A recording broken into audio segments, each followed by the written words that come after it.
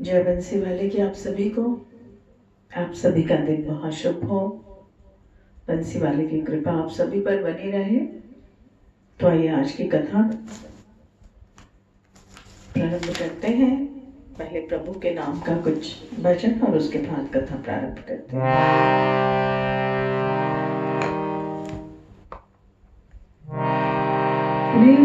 के बिहारी लाल की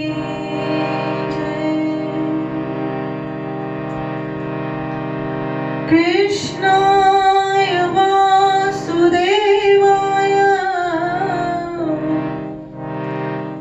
हरे परमात्मने प्रणतक्लेशनाशाय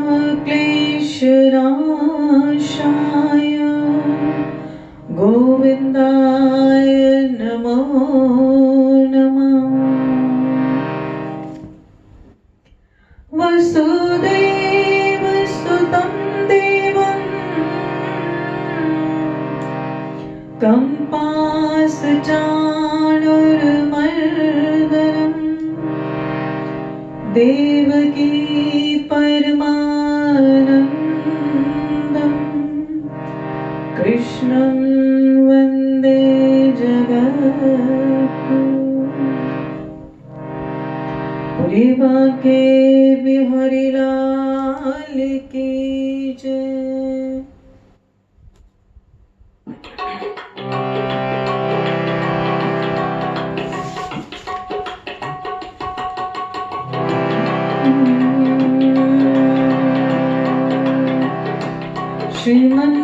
श्रीमन्नारायण श्रीमन्नारायण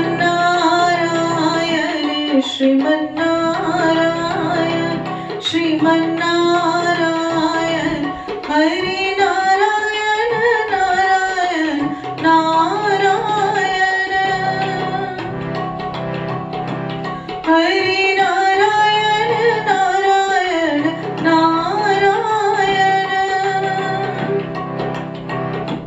श्रीमन्नारायण श्रीमन्नारायण श्रीमन्नारायण श्रीमन्नारायण हरि नारायण नारायण नारायण हरि नारायण नारायण नारायण।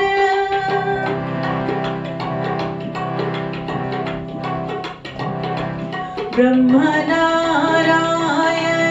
विष्णु नारायण ब्रह्मनारायण विष्णु नारायण ब्रह्म नारायण विष्णु नारायण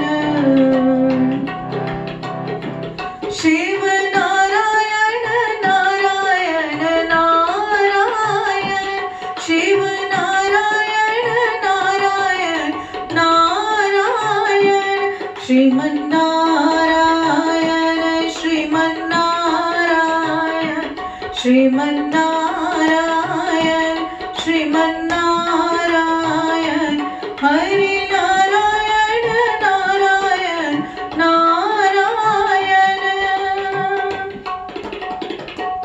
चंदा नारायण सूरज नारायण चंदा नारायण सूरज नारायण तारे नारायण नारायण नारायण तारे नारायण नारायण नारायण श्रीमन्नारायण श्रीमन्नारायण श्रीमन्नारायण श्रीमन्नारायण हरि नारायण नारायण नारायण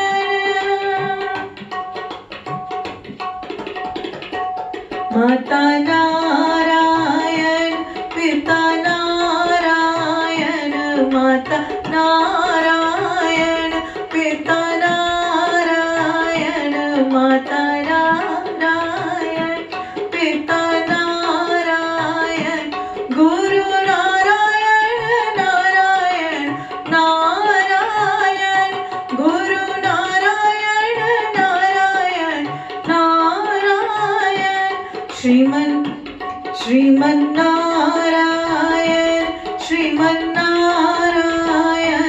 श्रीमन्नारायण श्रीमन्नारायण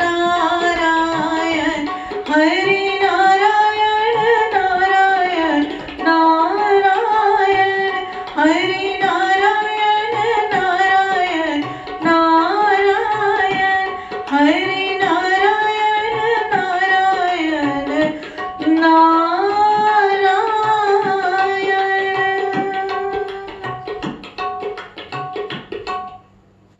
बोलिए श्री नारायण भगवान की जय। बोलिए कार्तिक महात्म की जय। बोलो बंसी वाले की जय। तो आज 7वें दिन की 7वें अध्याय की कथा, लेकिन कल हमने कथा जहां छोड़ी थी कि सत्यभामा प्रभु से प्रश्न करती है कि प्रभु मुझे पिछले जन्म का बताइए कि मैं ऐसा कौन सा पुण्य किया मैंने कि मैं इस जन्म में आपकी पत्नी या आपको मैंने अपने पति के रूप में पाया है। तो प्रभु उन्हें उनके पिछले जन्म की कहानी सुनाते हैं कि देव शर्मा नामक एक युवक, एक ऋषि, और उनके घर में इनका जन्म हुआ और कैसे इनके पति और पिता को एक राक्षस ने मार दिया और उनको वैकुंठ का वास मिला उसके बाद, क्योंकि वो बहुत ही पुण्य पूजा पाठ करते। और उसके बाद सत्यभामा अकेली रह गई, बहुत रुदन करने लगी कि अब मेरा कौन है। घर संपत्ति को भेजकर उन्होंने अपने पिता और पतिदेव की अंत्येष्टि का कार्य किया। और इसके बाद प्रभु उनको बताते हैं कि जो मनुष्य मंदिर में प्रातःकाल झाड़ू देते हैं तथा भगवान का पूजन करते हैं वे जीवन मुक्त हो जाते हैं। जो तुलसी के वन की पालना करते हैं फिर वे इस संसार में जन्म नहीं लेते। एक दिन गुणवती ज्वर से पीड़ित हो गई और असहनीय पीड़ा में भी दुर्लभ शरीर होते हुए वह गंगा स्नान को कष्ट सहते हुए गई। अतः स्नान करने को गंगा जी में प्रवेश करते ही मारे शीत के उनका शरीर सारा थर थर कांपने लगा और वह शिथिल होकर वहीं गिर पड़ी। उसी समय विष्णु भगवान के दूत सुंदर विमान लेकर आए और उन्हें उस विमान में बिठाकर विष्णु लोक ले गए।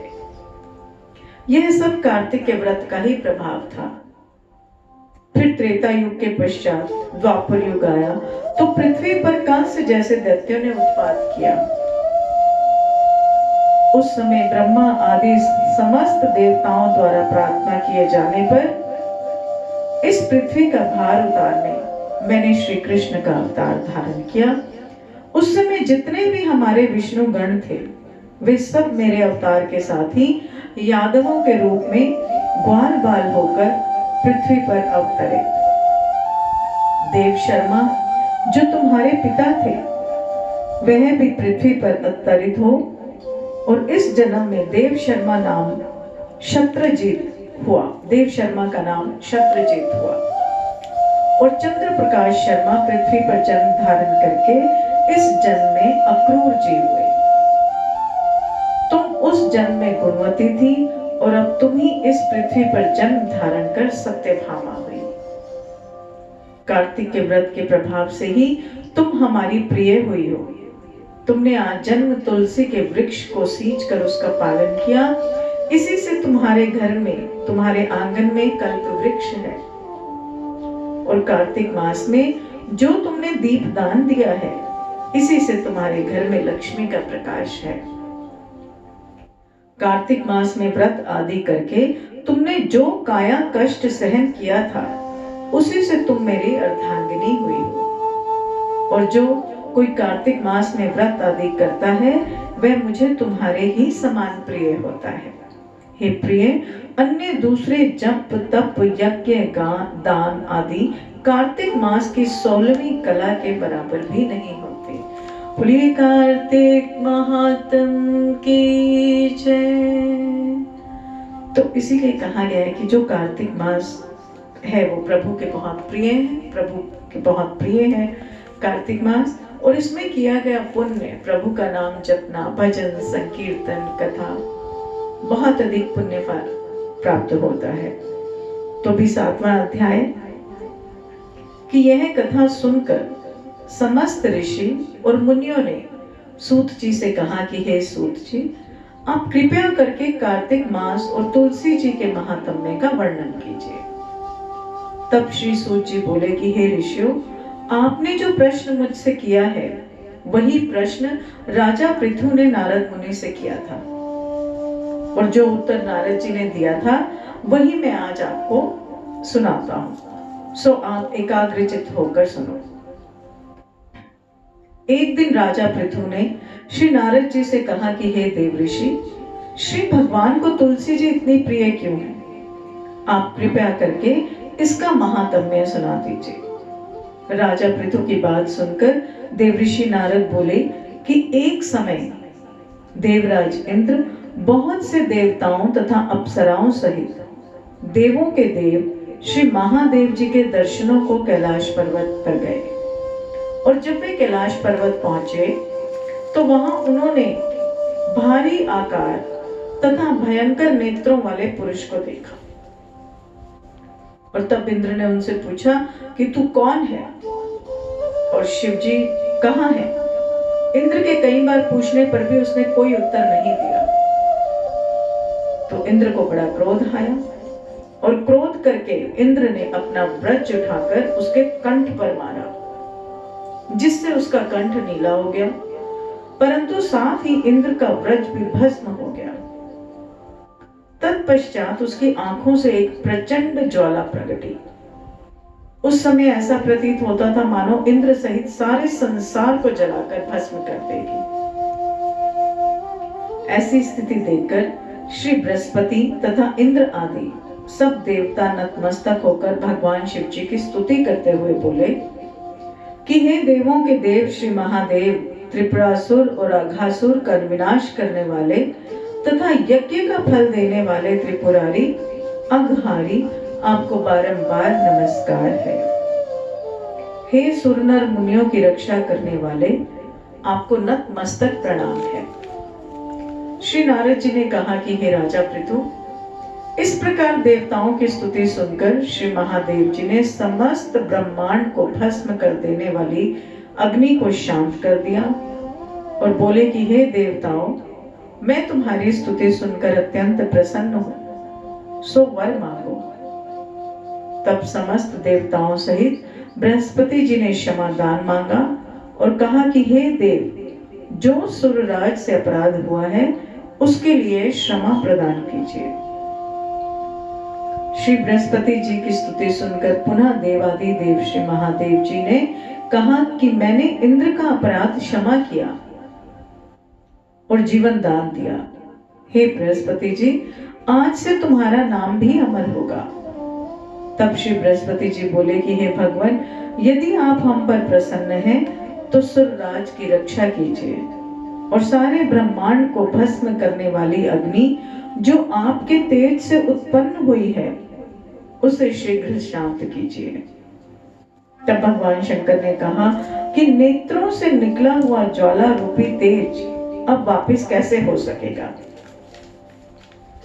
अतः अब हम इसे कहीं दूर फेंक देते हैं। ऐसा कहकर भगवान भूतेश्वर ने उस अग्नि को समुद्र में फेंक दिया।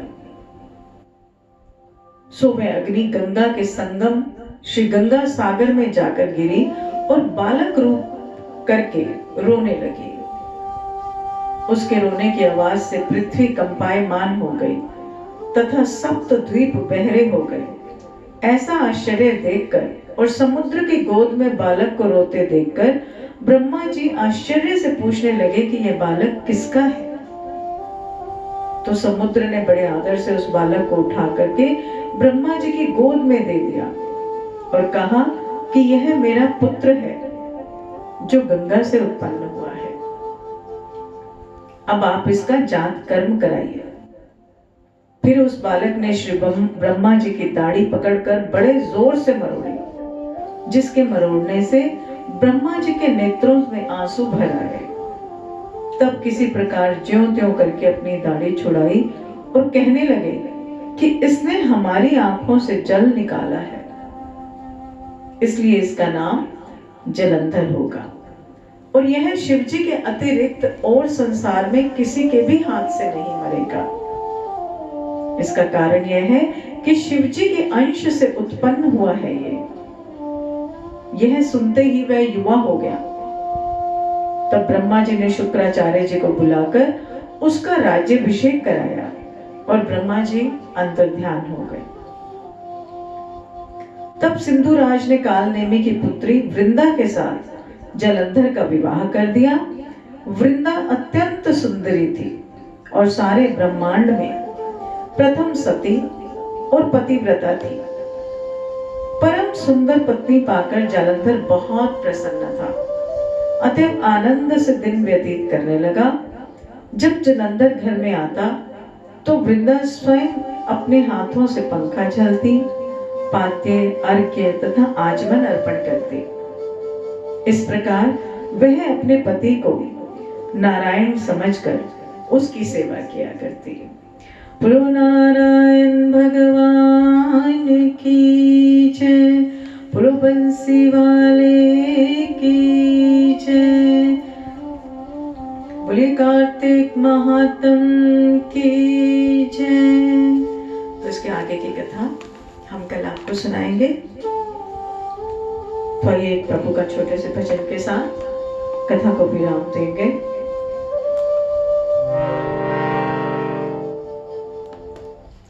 बोलिए बांके बिहारी लाल की जय, बोलिए बंसी वाले की जय। जय जय श्री राधे,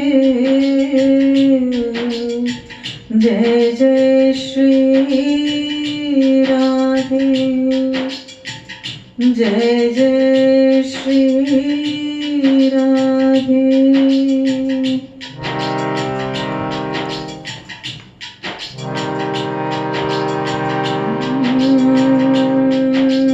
आइए प्रभु से प्रार्थना करें कि अगर हमने कुछ भी अच्छा कर किया है या कार्तिक मास में हम अपना प्रण पूरा कर पा रहे हैं तो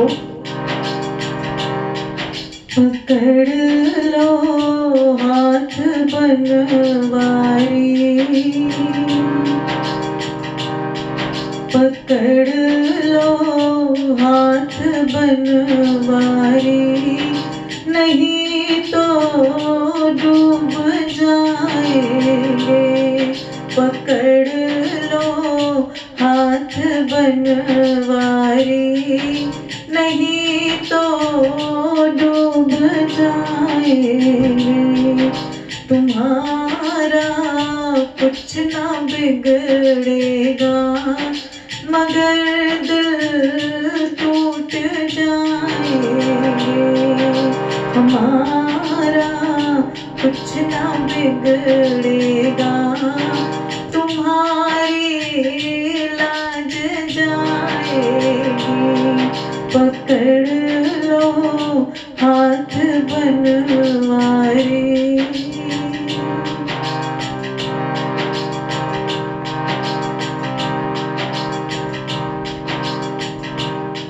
धरी है पाप की गठरी हमारे सर पे भारी,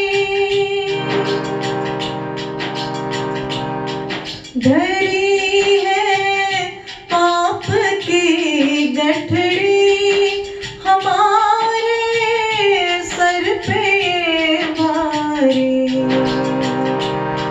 वजन पापों का है भारी, वजन पापों का है भारी, इसे कैसे उठाएंगे। पकड़ लो हाथ बनवारी, नहीं तो डूब जाएंगे।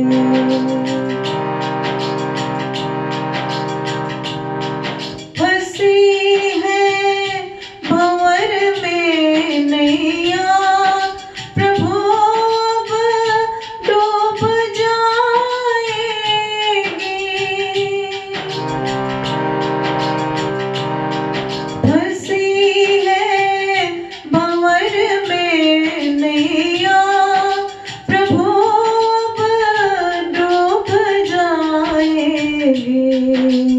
तो खेवैया आप बन जाओ, खेवैया आप बन जाओ, तो बेड़ा पार हो जाए। खेवैया आप बन जाओ, तो बेड़ा पार हो जाए। पकड़ लो हाथ बनवारी,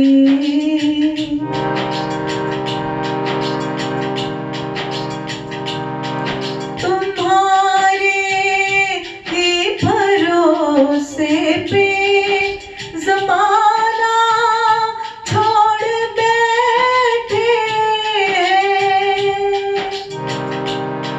तुम्हारे ही भरोसे पे ज़माना छोड़ बैठे हैं।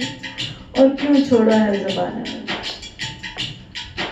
ज़माने की तरफ देखो, अब हिम्मत नहीं निभाने की तो ज़माने की तरफ देखो, इसे कैसे निभाएंगे। पकड़ लो हाथ बनवारी, नहीं तो डूब जाएंगे।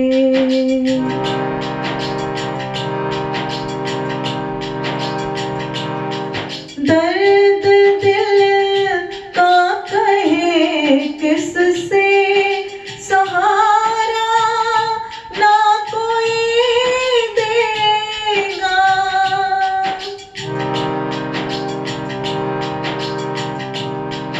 दर्द दिल का कहे किससे, सहारा ना कोई देगा।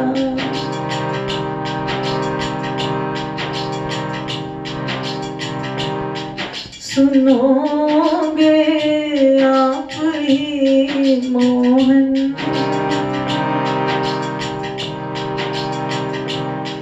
सुनोगे आप ही मोहन, और किस को सुनाएंगे।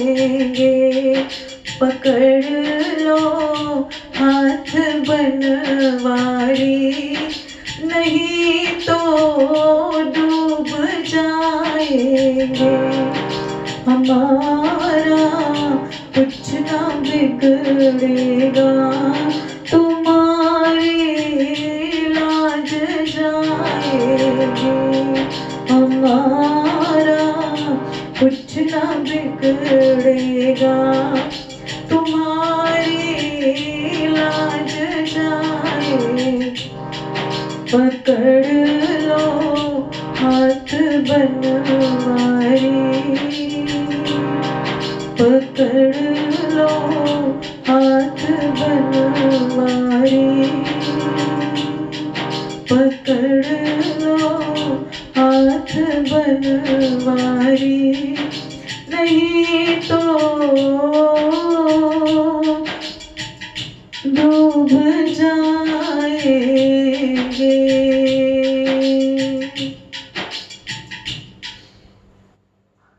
जय बिल सेवा की। तो इसी के साथ आज की कथा को विराम देते हैं। और मैं ये कहना चाहता हूँ कि आगे की कथा बहुत ही सुंदर कथा है, जालंधर और वृंदा की, कैसे भगवान विष्णु ने बाद में वृंदा से विवाह किया और कैसे वो तुलसी बनी। ये कथा बहुत ही आगे 3-4 दिन की बहुत ही सुंदर कथा है, तो मैं चाहूँगी मिस ना करें। आपको जब भी समय मिले आप ज़रूर सुने, और इसके साथ साथ और लोगों को भी भेजें, शेयर करें, ताकि जो भी बहुत से ऐसे लोग हैं जो सुबह नहीं जा पाते हैं मंदिर, तो इस कथा को जरूर सुने, आपको भी पुण्य मिले, मुझे भी मिले, और जो सुने उनको भी मिले। तो प्रेम से बोलो जय बंसी वाले की, राधे राधे।